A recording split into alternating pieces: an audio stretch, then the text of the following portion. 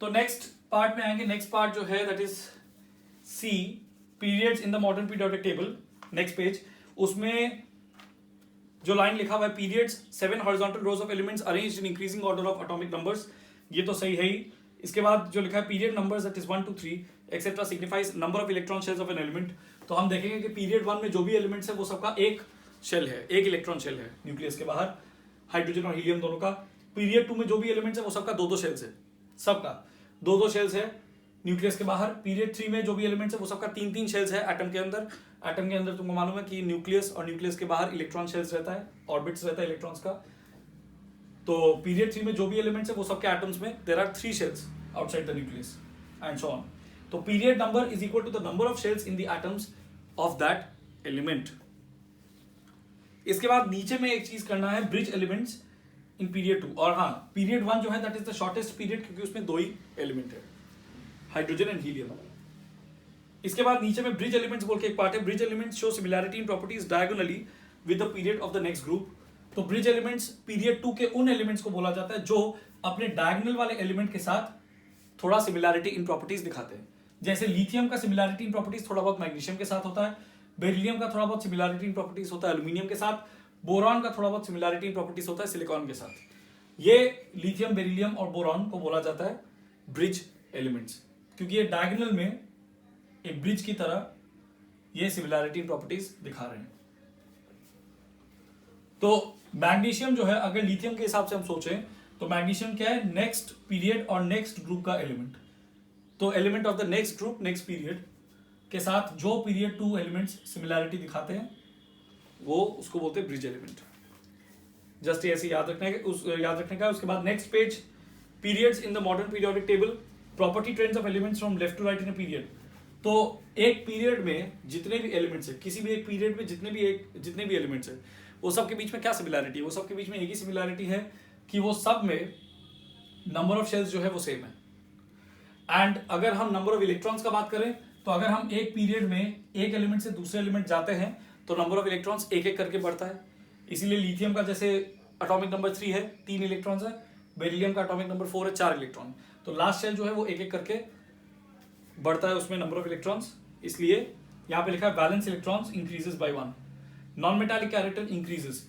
जैसे हम एक पीरियड में जाएंगे from left to right, metallic element से हम नॉन मेटालिक एलिमेंट्स में जा रहे हैं तो नॉन मेटालिक कैरेक्टर इंक्रीज कर रहा है। वैलेंस इलेक्ट्रॉन्स का मतलब क्या होता है, वैलेंस इलेक्ट्रॉन्स का मतलब होता है electrons in the last shell of an atom. ये सब बहुत इंपॉर्टेंट है। अगर नहीं पहले से कुछ इसमें से कुछ भी मालूम है, क्योंकि ये सब बेसिक पार्ट है, पता होना चाहिए, तो इसको लिख लेना। जो बाकी का वो पेज में है वो एक बार करने का जरूरत नहीं है। उसके बाद नेक्स्ट पेज जो है number D, groups in the modern periodic table. तो ग्रुप्स के बारे में बताया है। ये सब जो है ये ऑलमोस्ट सब हम बता दिए। तो कुछ ग्रुप्स के जो स्पेशल नाम है वो याद रखने होंगे। जैसे ग्रुप 1 के जो भी एलिमेंट्स है उसको बोला जाता है अल्कली मेटल्स। ग्रुप 1 के जो एलिमेंट्स है उसको बोला जाता है अल्कली मेटल्स, अल्कली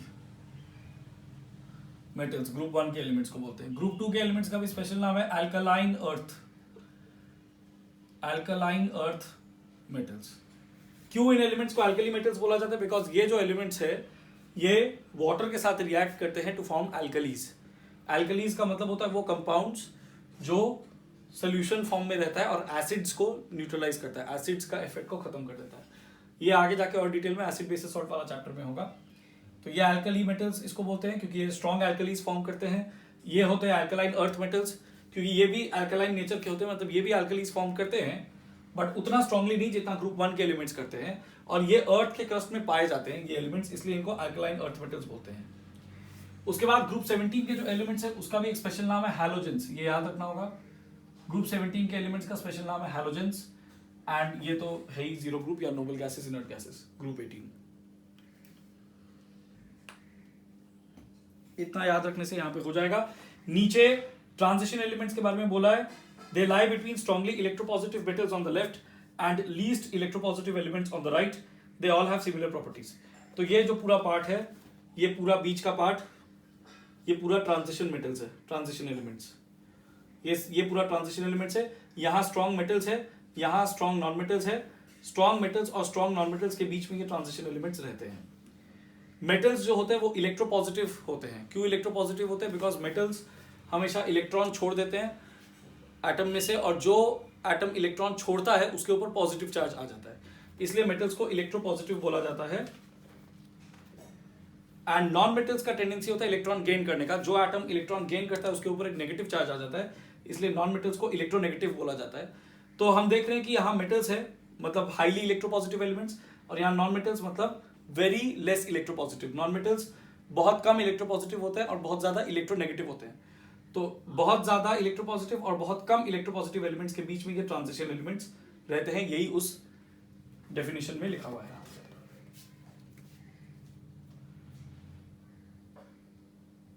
उसके बाद इनर ट्रांजिशन एलिमेंट्स बोल के भी कुछ स्पेशल एलिमेंट्स है। 2 horizontal rows of metals at the bottom of the table. ये जो दोनों है, these two, lanthanide series and actinide series को बोलते हैं इनर ट्रांजिशन एलिमेंट्स। इसको बोलते हैं इनर ट्रांजिशन एलिमेंट्स। ये जो है ये ट्रांजिशन एलिमेंट्स के बीच में से निकले हुए सारे एलिमेंट्स है। एक्चुअली ये जो दोनों रोज है, ये दोनों रोज यहाँ पे अंदर इस पार्ट में बीच में है, बट क्योंकि ये सारे एलिमेंट्स को अगर हम यहीं पे लिख देंगे तो ये पार्ट ज्यादा बड़ा हो जाएगा पीरियोडिक टेबल का, तो पीरियोडिक टेबल अच्छे से नहीं दिखेगा। इसलिए यहाँ पे जो ये एक्स्ट्रा एलिमेंट्स है उसको यहाँ बीच में नहीं लिख के यहाँ अलग से ऐसे लिख दिया गया है। वैसे ये सब एलिमेंट्स जो है लैंथेनाइट सीरीज क्यों बोलते हैं इसको, जैसे ये वाला जो सीरीज है, क्योंकि ये लैंथेनम बोल के जो एलिमेंट है उसके बाद देखो स्टार मार्क दिया हुआ है, स्टार मार्क से ये स्टार्ट होता है।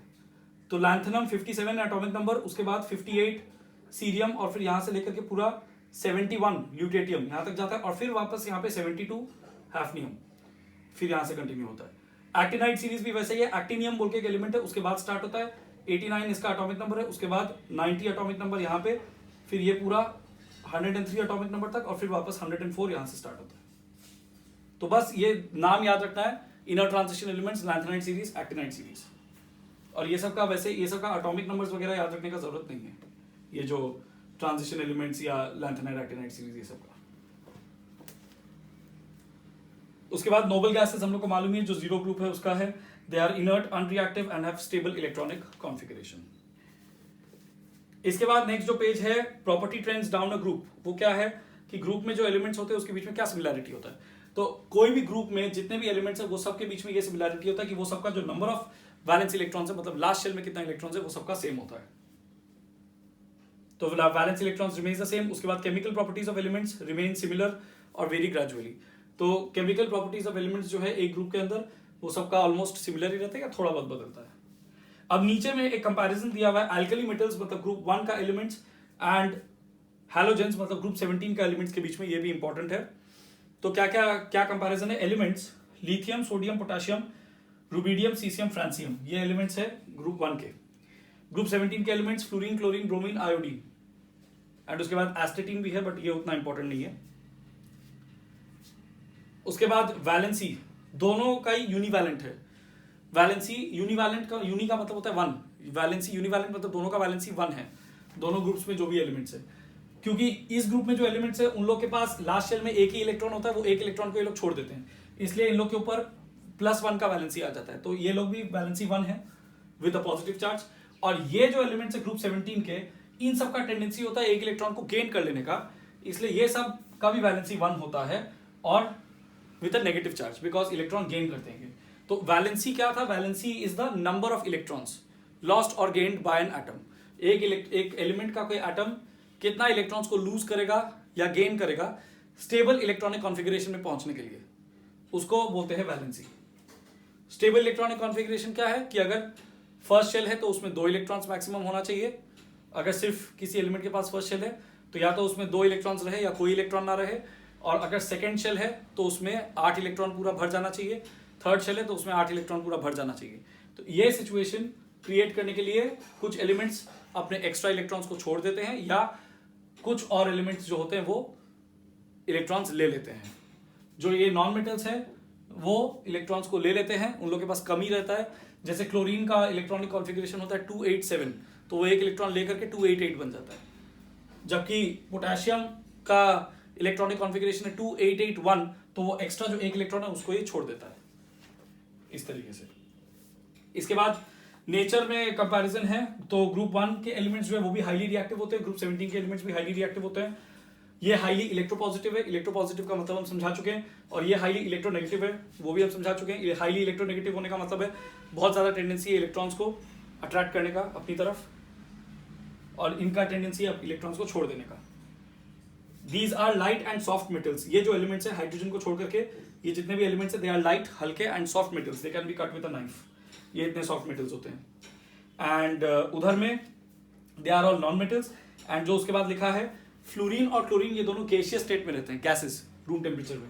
ब्रोमीन एक लिक्विड के हिसाब से रहता है रूम टेम्परेचर में, आयोडीन जो है वो सॉलिड के हिसाब से रहता है रूम टेम्परेचर में।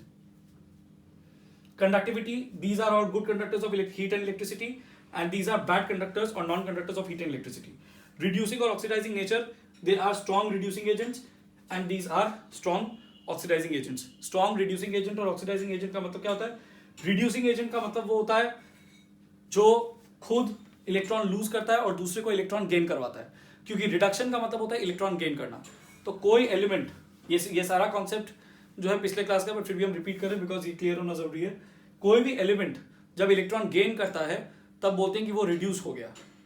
तो ये जो मेटल्स है, ये जो एलिमेंट्स है, ये तो इलेक्ट्रॉन लूज करते हैं। अगर ये खुद इलेक्ट्रॉन लूज करते हैं तो ये सामने वाले को गेन करवाते हैं, तो इसलिए इसको रिड्यूसिंग एजेंट बोला जाता है, वो एजेंट जो रिडक्शन करवाए किसी और का। और ये जो एलिमेंट्स है ये इलेक्ट्रॉन गेन करते हैं, मतलब ये सामने वाले से इलेक्ट्रॉन लूज करवाते हैं, और इलेक्ट्रॉन लूज करने को बोलते हैं ऑक्सीडेशन। तो ये जो है खुद इलेक्ट्रॉन गेन करते हैं, मतलब ये सामने वाले से इलेक्ट्रॉन लूज करवा रहे हैं, तो सामने वाले को ऑक्सीडाइज कर रहे हैं, इसलिए इनको बोला जाता है ऑक्सीडाइजिंग एजेंट। तो ये स्ट्रॉन्ग रिड्यूसिंग एजेंट है, ये स्ट्रॉन्ग ऑक्सीडाइजिंग एजेंट है। इलेक्ट्रोनेगेटिविटी, इनका इलेक्ट्रोनेगेटिविटी लो है क्योंकि इलेक्ट्रोपॉजिटिव कैरेक्टर के हैं, इलेक्ट्रॉन्स छोड़ना इनको पसंद है। और ये इलेक्ट्रोनेगेटिव नेचर के हैं, इनका इलेक्ट्रोनेगेटिविटी हाई है क्योंकि इनको इलेक्ट्रॉन्स लेना पसंद है। उसके बाद रिएक्शंस विद नॉन मेटल्स, तो ये जो एलिमेंट्स है ये नॉन मेटल्स के साथ रिएक्ट करते हैं टू फॉर्म इलेक्ट्रोवायलेंट कंपाउंड्स। इलेक्ट्रोवायलेंट कंपाउंड्स वो होते हैं जिसमें इलेक्ट्रॉन्स का ट्रांसफर होता है। ये इलेक्ट्रॉन्स लूज करते हैं और सामने वाला जो नॉन मेटल है उसको दे देते हैं। और ये जो है ये खुद ही नॉन मेटल्स है, तो ये अगर ये ग्रुप 17 वाले एलिमेंट्स खुद ही नॉन मेटल्स है, और ये जो है क्योंकि खुद ये लोग नॉन मेटल्स है तो दूसरे नॉन मेटल्स के साथ ये लोग इलेक्ट्रॉन्स को शेयर करते हैं, और इलेक्ट्रॉन्स के शेयरिंग की वजह से जो कंपाउंड्स बनता है उसको बोलते हैं कोवैलेंट कंपाउंड्स। उसके बाद हाइड्रोजन के साथ कैसे रिएक्ट करते हैं, ये जो एलिमेंट्स है ये हाइड्रोजन के साथ बनाते हैं वो कंपाउंड्स जिसको बोलते हैं hydride, lithium hydride, sodium hydride etcetera. और ये जो एलिमेंट्स है ये हाइड्रोजन के साथ रिएक्ट करते हैं टू फॉर्म एसिड्स, जैसे क्लोरीन रिएक्ट करता है to form HCl hydrogen chloride या हाइड्रोक्लोरिक एसिड। ब्रोमीन रिएक्ट करता है हाइड्रोजन के साथ टू फॉर्म HBr या hydrobromic acid and so on. तो ये इतना यहाँ पे याद रखना जरूरी है।